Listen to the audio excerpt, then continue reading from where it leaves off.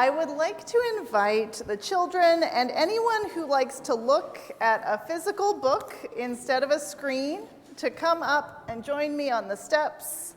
Our book this morning is I Love You Because I Love You, words by Munti Van and art by Jessica Love.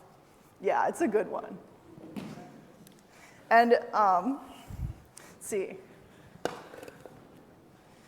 Any other intrepid souls who like to sit on the steps? All right. So I don't know if either of you are readers. Are you readers? Yeah. Do you want to help me read the book? Yeah. Okay. So this book sounds better in two voices. And I'll read the left side, and you can read the right side. Does that sound good? Yeah. Okay. I love you because... Because you are you. And I love you because you're here. Because I love you, I am here. I love you because you carry me. Because I love you, I am strong. I love you because you play with me. Because I love you, the world becomes our playground. I love you because you see what others miss. Because I love you, I see more than before. I love you because you let me speak. Because I love you, love blooms where our voices meet. I love you because you cook with care. Because I love you, food tastes better when shared. I love you because you let me make mistakes. Because I love you, no mistake is ever too great.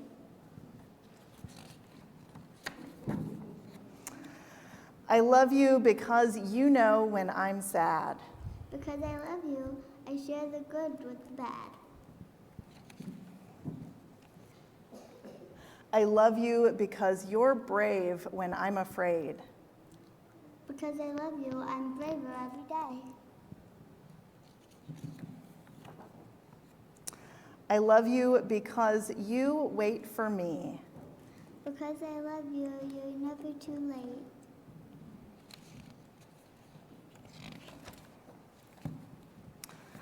I love you because you tell the best stories. Because I love you, my best story is you.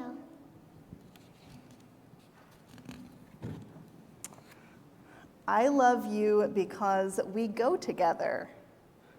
Because I love you, we change and grow together.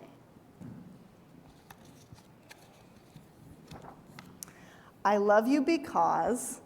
Because I love you. Thank you, Eleanor. That was fantastic. And thank you, Daniel, for joining us up here, too. Our reading this morning is from the foreword to Parents Under Pressure, the U.S. Surgeon General's Advisory on the Mental Health and Well-Being of Parents by Dr. Vivek Murthy, 19th and 21st Surgeon General of the U.S. Something has to change. Supporting parents and caregivers will require a series of thoughtful policy changes and expanded community programs that will help ensure parents and caregivers can get time off to be with a sick child, secure affordable child care, access reliable mental health care, and benefit from places and initiatives that support social connection and community. It will also require us to rethink cultural norms around parenting. Part of that will involve shifting how we value parenting. The work of raising a child is work. no less valuable than the work performed in a paid job, and of extraordinary value when it comes to the impact on the future of society. Additionally, while parents and caregivers bear the primary responsibility for raising children, society as a whole must see itself as sharing in this responsibility and shaping policy, programs, and individual behavior accordingly. Finally, our cultural norms must also support us talking more openly about the challenges parents face and building more community for parents whose disproportionately high levels of loneliness compound the day-to-day challenges they face. Raising children is sacred work. It should matter to all of us, and the health and well-being of those who are caring for our children should matter to us as well.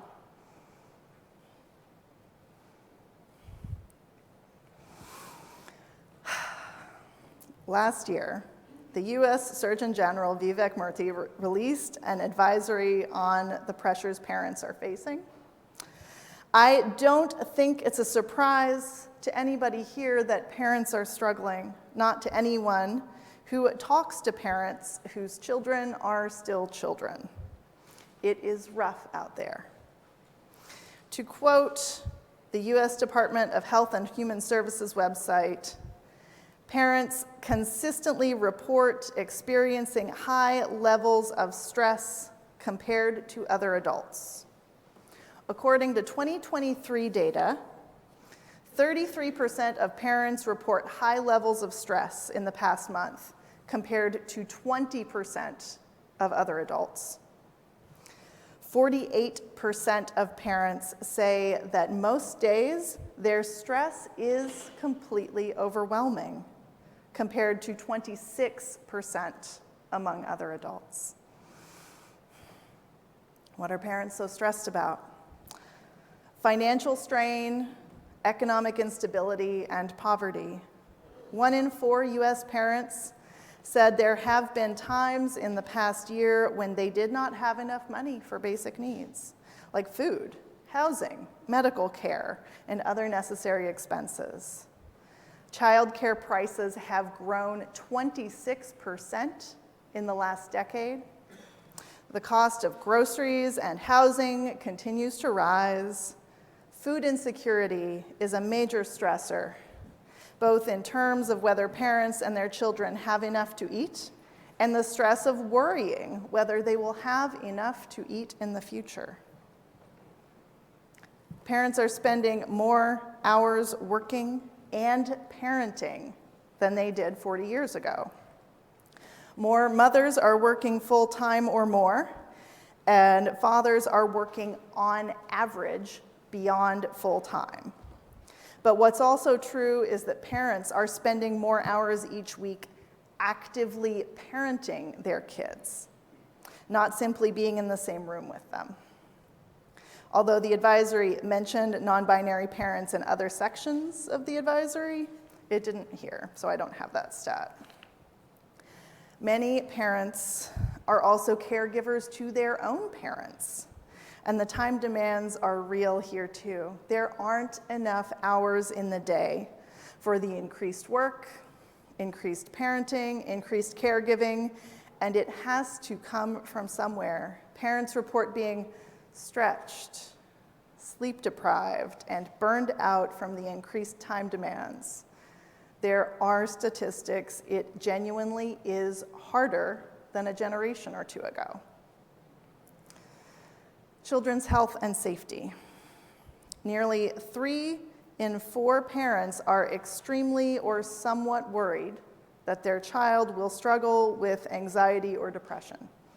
Nearly 1 in 5 children has a special health care need beyond typical medical needs, such as allergies, ADHD, behavior and conduct conditions, asthma, anxiety, learning disabilities, and developmental delay.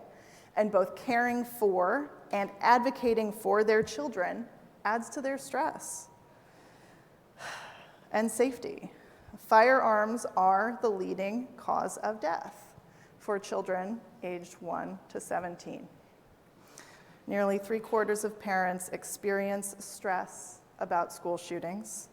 This is in addition to worries that their children will experience other violence or addiction.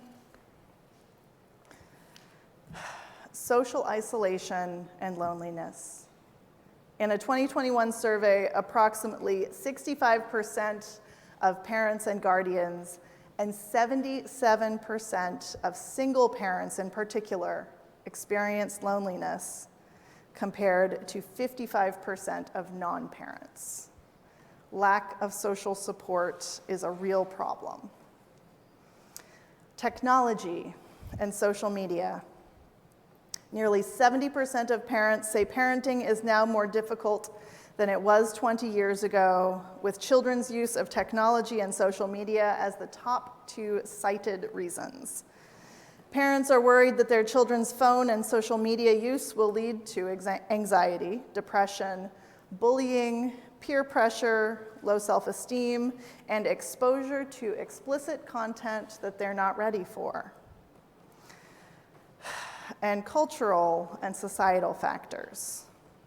Of course, everything that is hard about the larger world is still a stressor in parenting too. Racism, homophobia, transphobia, ableism, sexism, every system of oppression lands on our parents and families as they try to help their children grow to adulthood. And at the same time, parents feel the pressure to perform, to measure up to comparisons. Mothers are held to impossible standards. Fathers are treated as though they're not qualified to parent their children. And non-binary parents, well, we don't have stereotypes about non-binary parents in the same way, but it's hard to feel good about this lack of recognition. Okay, so that's the bad news. Take a breath. Yeah, no, hang in there. I do encourage you to read the full report, which as of now is still on the Department of Health and Human Services website. So what can our congregation do to help? As the report says, caregivers need care too. They need to know that they're not alone, that they have our support in real and not just wishy-washy ways. Parents, what you are going through is real, and if you heard your experiences reflected here, does it help to know that you're not alone? So far as I can tell, all of the parents in our congregation are doing an amazing job, even when it's hard, especially when it's hard. But even more than that, you're doing a good enough job. I like this image of the osprey sitting on its nest on top of a leaning electrical pole near the beach. It does not look perfect from the outside, but it's sturdy enough and it holds the eggs so they hatch into chicks, and it's close enough to a place to fish and get enough food. In the 1950s, developmental pediatrician Donald Winnicott introduced the idea of the good enough mother, in contrast to the perfect mother of the time, who prevented anything bad from happening to her kids, who smoothed over the challenges of their lives. Think about it. These mothers came of age in all the terrors of the Second World War. Of course, they wanted to protect their children and let them grow up in Eden to the extent that that's ever possible. But Winnicott said that if your kids' basic needs are met, if they can count on you not to make everything perfect, but just to be there, you're doing a good enough job.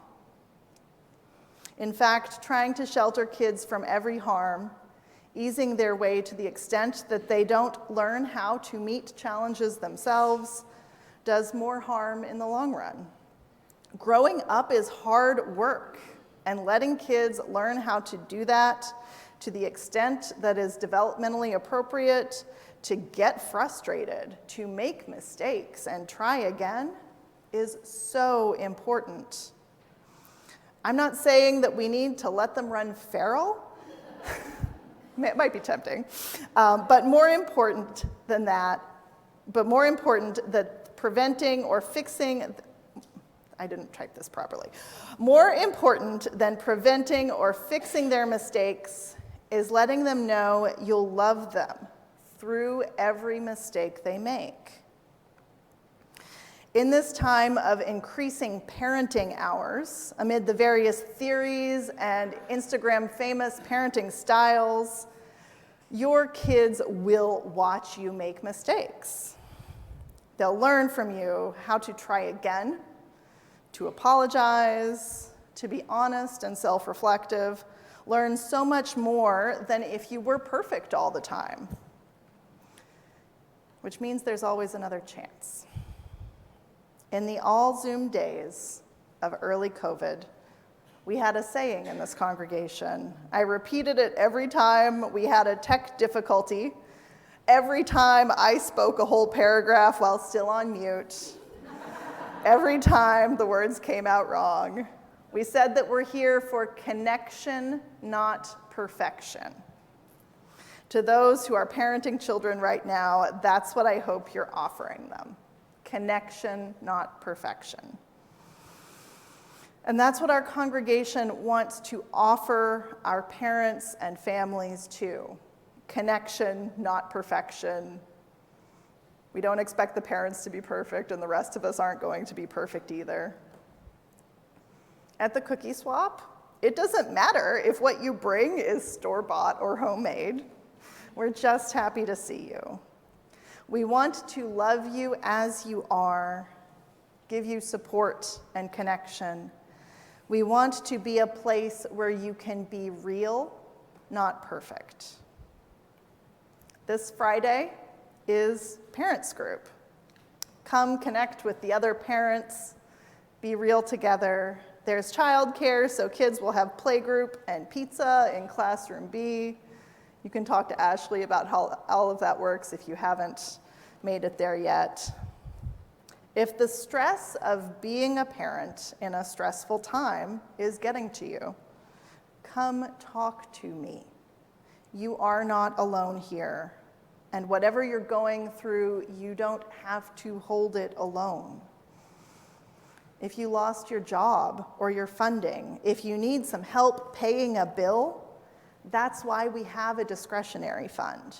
If you need some help accessing more institutional support, I can't fix everything, but I can accompany you.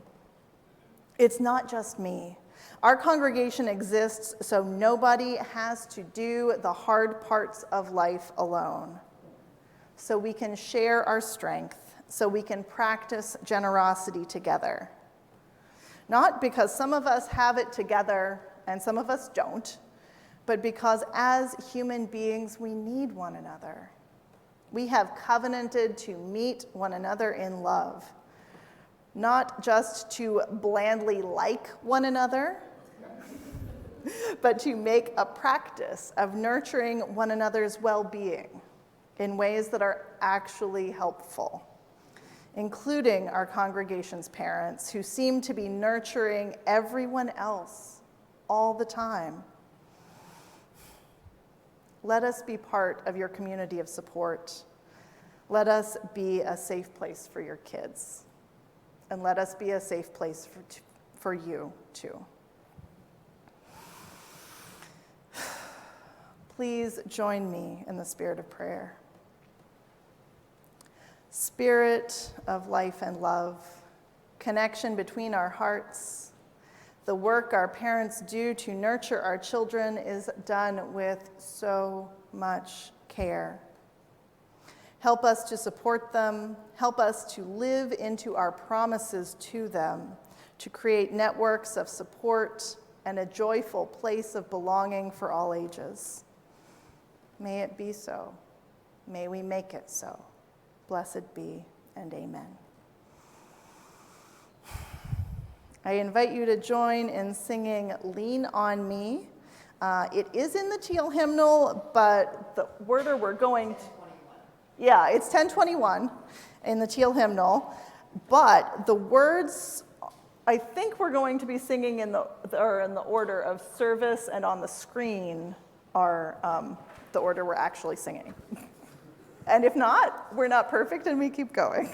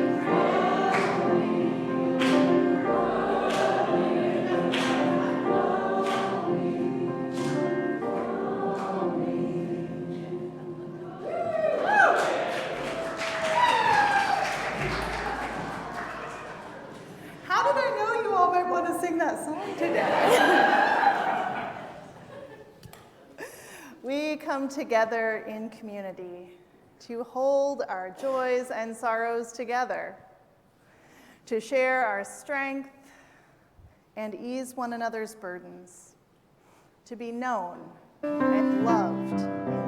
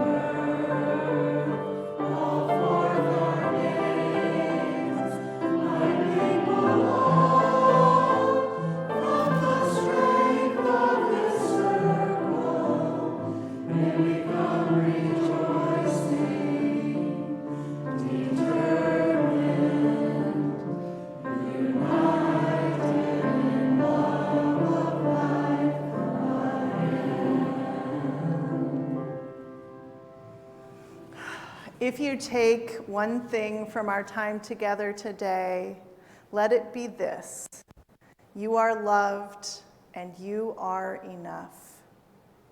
Go in peace.